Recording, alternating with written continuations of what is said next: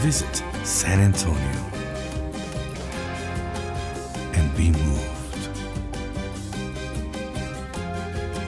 Deep, deep in the heart. Hello, I'm Cheryl Scully, City Manager, and I'd like to talk to you about fire safety. Installing smoke detectors in your home can help protect what is most dear to you, your family. A smoke detector only takes about 5 minutes to install, and one should be installed on every level of your home. It's important that you test your smoke detector too and change the battery every 6 months. Protect yourself and your loved ones and install a smoke detector today.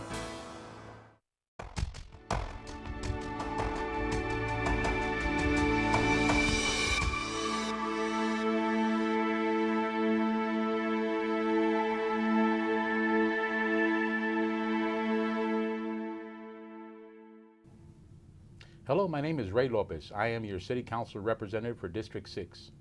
It is my pleasure to welcome you to our program. Today I'm very excited to have our guest Victor Ayala from the Department of Community Initiatives and David Newman from the Solid Waste Management Department. We're going to be discussing the very important role the Department of Community Initiatives plays in the city, serving as a catalyst to promote economic self-sufficiency for families, strengthening them, and enhancing the quality of life for children, families, and seniors. We'll then switch gears to highlight the great things that are going on in our solid waste department as they continue to grow towards being recognized as an innovative leader in environmental stewardship, which enables our community to build a sustainable future. Now I'd like to welcome to the show my very first guest, Victor Ayala. Victor, welcome. Thank you. Good pleasure to be here. Well, thank you for taking the time out of your very busy schedule to come and join us today. I got to tell you, one of the shows, the initial shows that I did, I talked about all the acronyms that I had to learn when I got to the city council. All kinds of acronyms, finance acronyms, department acronyms. But one of the ones that I learned real quick was DCI. Okay. And I knew what it stood for very quickly. And I also understood the commitment and the valuable part that it plays in delivering a good quality of life for our citizens. So thank you very much for the work that you do within your department. You're welcome. In particular, and I'd like to kind of focus on that today perhaps, how the work that you do with seniors in particular. What are some of the important issues that are facing our seniors today? Well, sure. All San Antonio, Bexar County residents, I think, would agree, especially our seniors, that independence, being able to be, like you said, self-sufficient is very important for people of all ages. But we know that with the baby boom generation, that's already knocking on our door at age 64 for retirement age. We have a lot of people who want to remain active and be as independent as possible. So the opportunity to have transportation and really socialize and be around other people so that they could be as, again, active as possible to maybe not have to take as many pills as necessary. Yeah. Well, I can certainly relate to that. Now, you talked about 64, that's generally retirement age, but what are the ages typically that folks qualify to go to the seniors centers? Absolutely. Starting by the age of 60. Yes, yes, that's me. You're in. Yeah, I'm in. Great, wonderful, and we hope you continue to come into our centers and everybody 60 plus to do that. We have a variety of services that are available, from health and wellness to nutrition, a meal program, etc. We can go on and on. I'm sure. Well, and when an individual goes in, signs up, talk a little bit about the process and how they qualify for the different services that may be there. And then we'll talk a little bit about some of the services may not even recognize that are there that you're doing. Well, what I'd like for folks to know is 60 plus, and that's the only criteria. Come into one of our centers. There are really no other requirements needed. Come on in just with a regular ID and you'd be okay.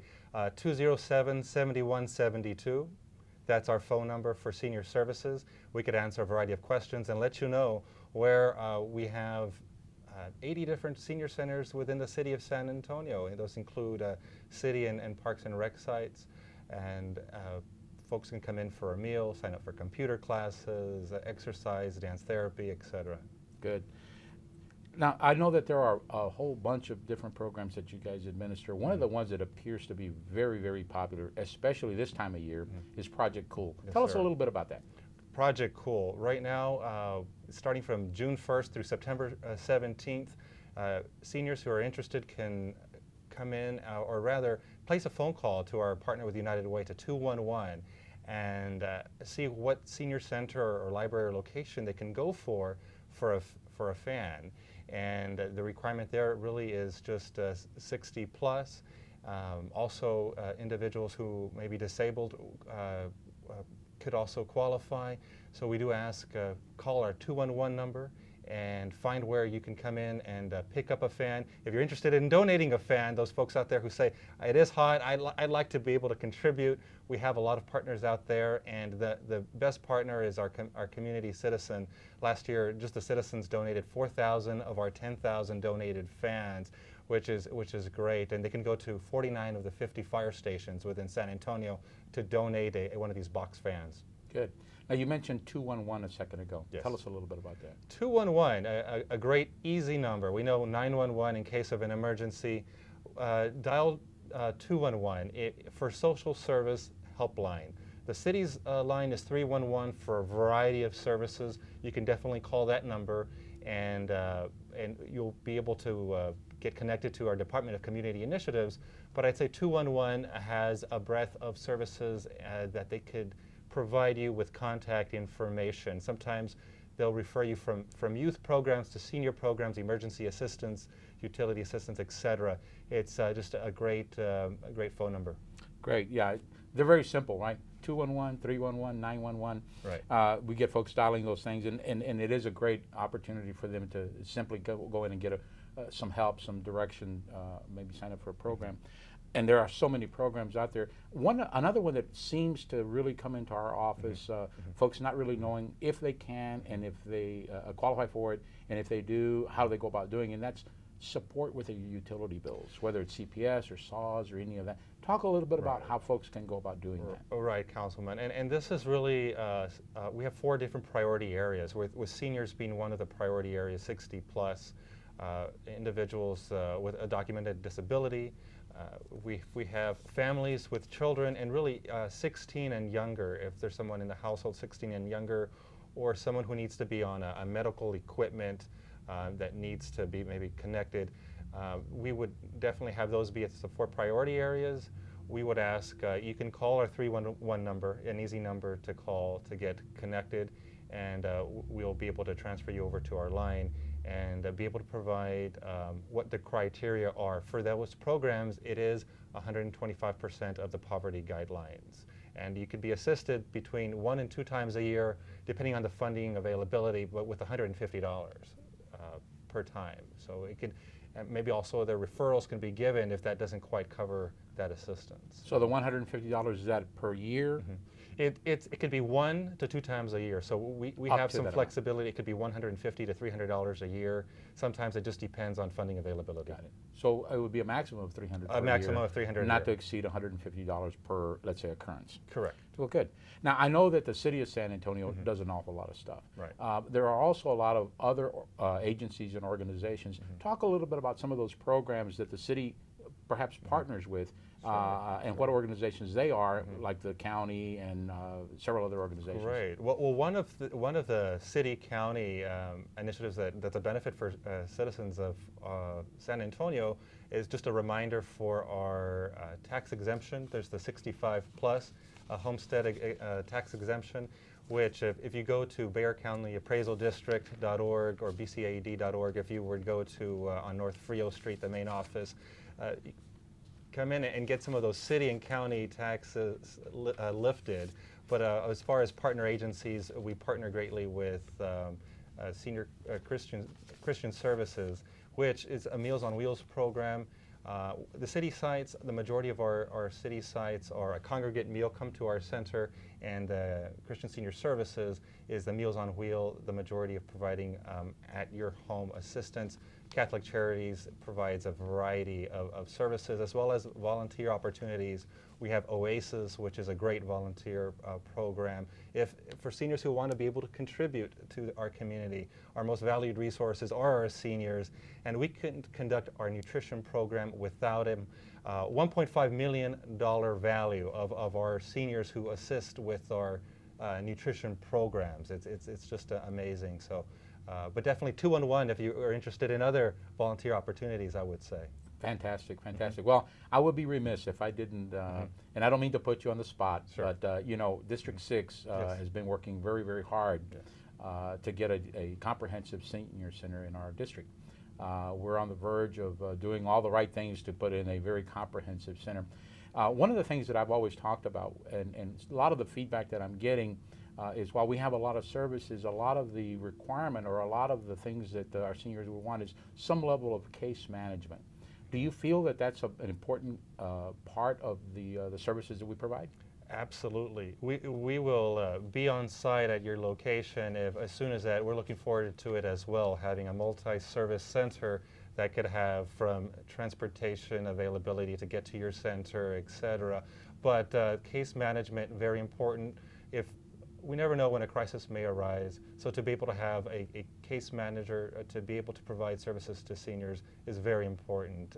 So from utility assistance to prescription, assistance with maybe prescription bills, and we would love to be able to have folks available to provide those services. Great. Well, I know that there was a survey that has been conducted, a comprehensive survey, asking the seniors, what do you think, what do you want, how do you want it done? Right. And we've had a very good response. I know we only have a minute or so left. Sure. If you can give me a real quick snapshot on how that's coming along. Absolutely. Well, we're partners with our ACOG, and it is a very in-depth survey. We're going through all senior centers to be able to find what is it that seniors want.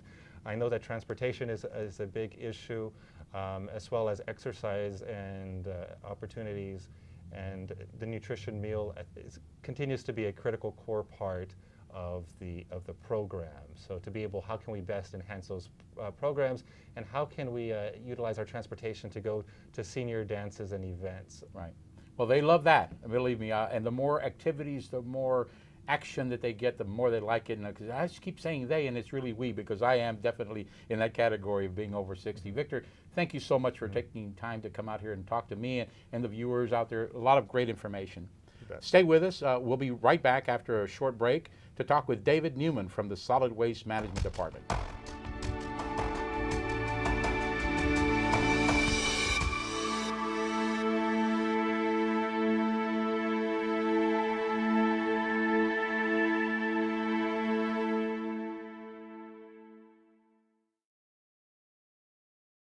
I'm Ray Lopez, your District 6 Council representative here at Tom Slick Park, ready to enjoy the day with my family.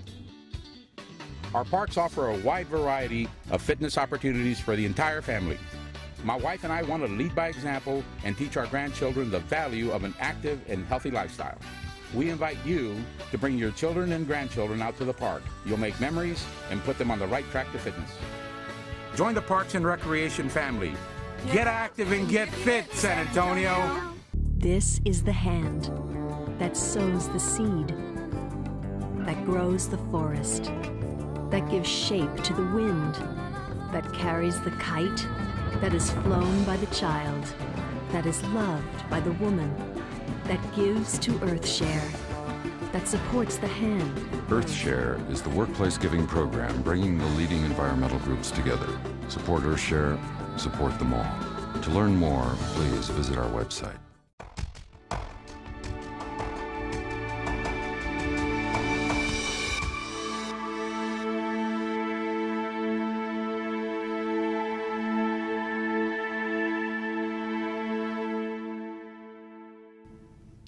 Welcome back to our program.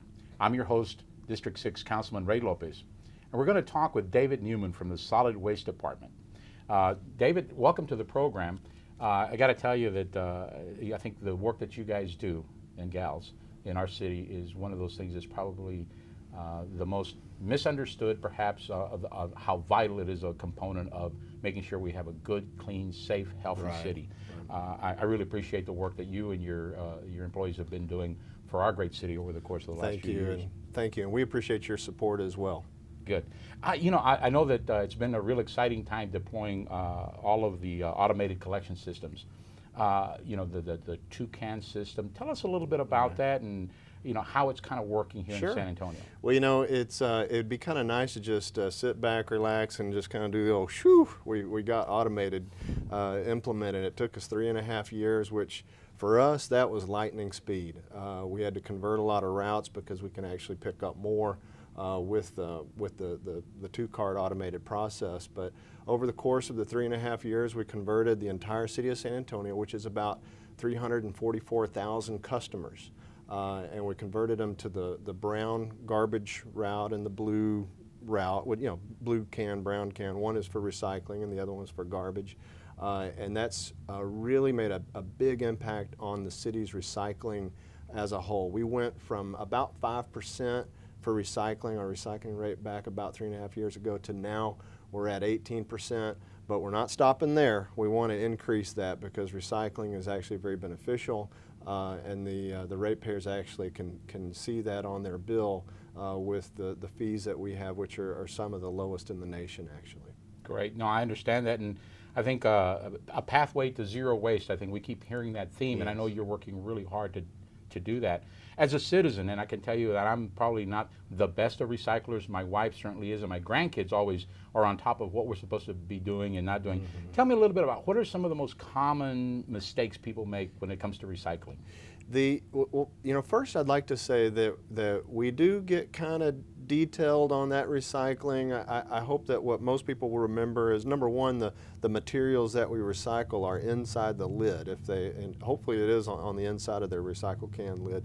And if they don't find it there, then if it has that recycle triangle in it, then more than likely we accept it in our system. But some of the things that they put in there that they shouldn't do are, first of all, material that still has some food on it or in it. Like if it's a half drunk whatever and they throw it in there with the liquid, don't do that. Right. There's some other things that they might be recyclable, but we can't take it into our system because our system is single stream, meaning we can take all different kinds of products, glass, paper, cardboard. And then there's a sorting facility that we take it to, and they segregate it out. So some of those things that we can't take are wire hangers. Certainly they're recyclable, but we can't take them in our system. We can't take rubber hoses, and for some people, or for some reason, a lot of people put those rubber hoses in there. We can't take materials with food or drink in it, like I said earlier. And we can't take leaves or grass or dead animals. And for some reason, people will put those things in the system. And remember, that's a conveyor belt system, and it's very automated, but there are still people at the end over there that are sorting through that material. So that's why it needs to be clean. Right. Now, for example, one of the things that I was really surprised by, and I'm not the best recycler in the world, but I'm getting there. Right, I'm getting there thanks to, as I said earlier, my wife and my grandkids. It's a journey. Yes, it's a journey, definitely. But a pizza box, for example, that still has a little bit of pizza, it's the cheese left over on the top, really isn't supposed to be thrown in there. Is that correct? If it's got the cheese on it and it's got the grease in it, we don't want to put that in the container. But sometimes you can take the lid off and it's still clean. It doesn't have the grease or the cheese on it. So recycle that clean cardboard. We love cardboard. Cardboard, paper, glass, aluminum cans, metal cans. We even take certain types of styrofoam in the system, and it's kind of, I have to be careful when I say that, but like the clamshell containers, like for some sandwich boxes or a meat tray, that's a styrofoam. We take those materials, so we do want to recycle them as long as they're clean. I know that we have some goals, long-term, short-term, as a matter of fact, the immediate term, right? What are you going to do during your next opportunity to recycle? What are some of the longer-term plans? For example, I know that we've got a target for the year 2020. What are you hoping to accomplish by then? And just give me a general idea of what that pathway is going to be all about between now and then, and how we measure success. Sure. Well, you know, right now, to measure the success for us, let me start with that. We're at 18%, our recycling rate. The city as a whole produces about 400,000 tons of garbage. and we take in about 80,000 tons of recyclable. So if you divide one by the other, it's at 18%. So our goal by the end of 2020 is to get it 60%. And that is a very lofty goal, and we've dubbed it a pathway to zero waste. So we're not really going to not produce anything. We want to be realistic, but 60% is very lofty. That's comparable to what other communities such as San Jose or Seattle and even San Francisco, what they're doing. So we want to be doing as good or even better as some of these other cities, okay? How we're going to do that is we brought together a couple of focus groups actually, both a multifamily focus group, multifamily dwellings and folks that live and own those types of facilities, as well as our residential folks. So we've got a couple of different folks that we've bounced ideas off of. We've looked at what's been working in other cities and what might be adapted here in San Antonio, and we've narrowed it down to a few things that we're going to focus in on, and some of those are a yard waste collection program. You know, right now you have a blue can for recycling and a brown can for garbage. Well, the plan calls for another can, a third can, to put leaves and grass clippings, and long term would even be kitchen waste, so that we can compost those things. That really has the potential to boost up our recycling potential. Some of the other things that we're doing are some regulations that will affect multifamily buildings, so that we can have recycling easy and convenient to everybody, whether they live in a house or live in an apartment. They're gonna have recycling that's afforded to them. We also want to implement some programs for the commercial business. So that's basically the three goals of our 10-year plan, our pathway to zero waste, which is make it available and easy to the residents, both multifamily and single-family dwellings. Make it available for businesses, and then to get to 60% recycling rate. Well, that's a pretty aggressive plan, but I know that at the end of the day, in the year 2020 or maybe 19 or maybe 18, right, if we can really get all behind it and That's really right. do the kinds of things that we're going to need to do, it's going to be well worth it for our community, for our environment, and quite honestly, we don't want to wait. Oftentimes people say the next generation of kids are going to be the ones that are going to be mindful of that. We don't want to wait that long. That's right. We've got to get some of the old codgers like myself to go out there and buy into this process.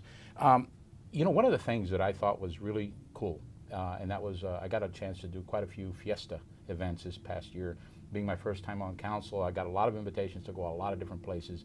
And one of the common themes that I saw was a very aggressive display, if you will, of an opportunity for folks to recycle. How did that work? I mean, was that a successful initiative? Do you think we're going to do more of that? It was, and we followed it up with the Folk Life Festival, and I didn't go this year, but I heard it was very successful, and people seem to be getting the hang of it too. I mean, it used to be, where can I just throw this thing away and get it out of my hands? But now people are starting to make the choice. They know it's recyclable, and so they look for that container.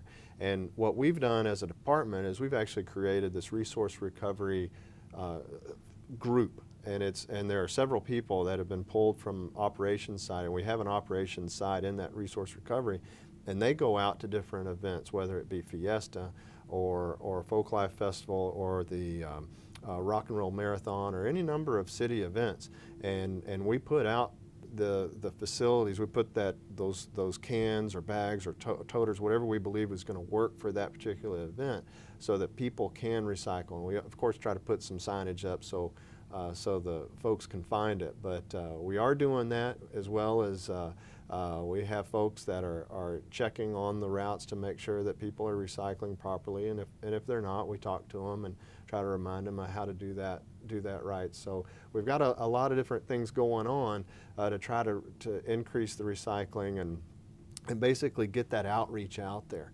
Because one of the things that our focus groups mentioned and this is number one for us as well, is that people they don't know what all is recyclable. We started our conversation like that. So we want to get the word out, and we want to do a pretty aggressive outreach program, whether it be door to door or maybe even some advertising or whatever it takes. Hopefully people see the signs on our trucks. But we're going to do all those things, hopefully, and get the word out so that people do recycle, because it it is very beneficial for us as a community. Well, I want to congratulate you on the initiative. I know the entire department is working hard, the entire city is working hard, and I think actually you have a very good tagline, a pathway to zero waste. We only have a minute or so left, but I don't want to give the impression that we're actually ever going to get to zero waste. No. What would you say we will get to, maybe by 2020, and how much would be considered a very successful program? Very successful program is going to be that we get from our current 18% to 60% recycling, and that's going to take a big change. It's going to take a change in how people decide on what things to purchase, how many things to purchase, not just where do I put it, whether it's in my blue can or my brown can, or maybe at that point in time there'll be a green can. So it's going to be difficult. It's definitely doable, and we want to get to 60%. And by the way, the zero waste that we've dubbed the plan, a pathway to zero waste. Actually, in the solid waste circles that I work in, that's actually a 90% recycle rate. Right. And not too many communities are getting that way. A lot of them have that as a very lofty goal. And someday, and with technology and with the way packaging is changing as well, we might get there. In 10 years, we hope to get to 60%. Well, we're all going to work towards that. Thank you. David, thank you so much for taking your time Certainly. to come out here, share a little bit of information with us. And thank you for tuning in. I'd like to once again thank you, all my guests, for taking the time from their very busy schedule to provide us this very valuable information. I look forward to our upcoming shows, and until next time, I'm your Councilman Ray Lopez, and thank you again, San Antonio.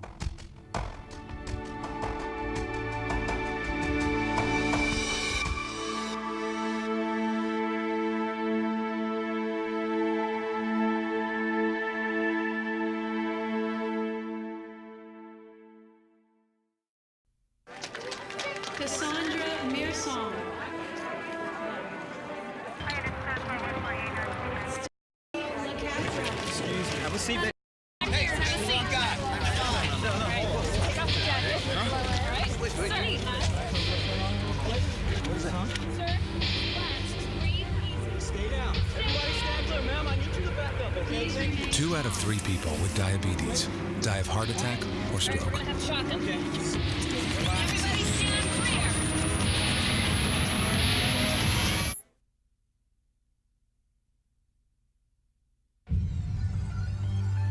That was his wake-up call.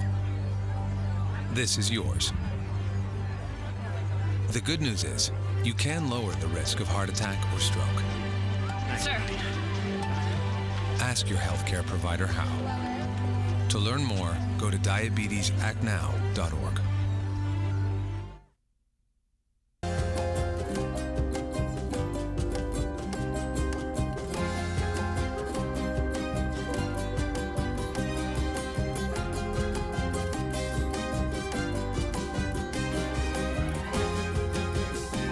Visit San Antonio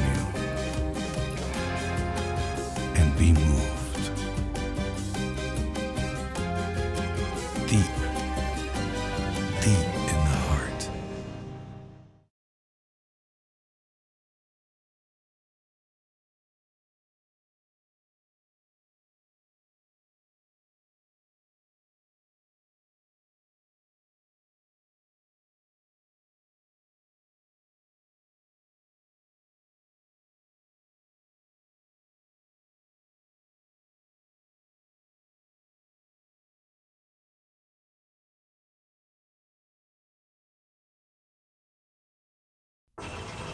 Yes, ready, ready.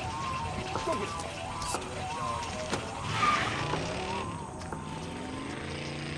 Oh, come on, Randy. Animal shelter, here I come. And no, I'm not crazy or emotionally damaged. That's a stereotype. I just belong to a total loser. I'm a good dog. So if you want a pet, adopt. And if you see Randy, tell him he dropped his wallet.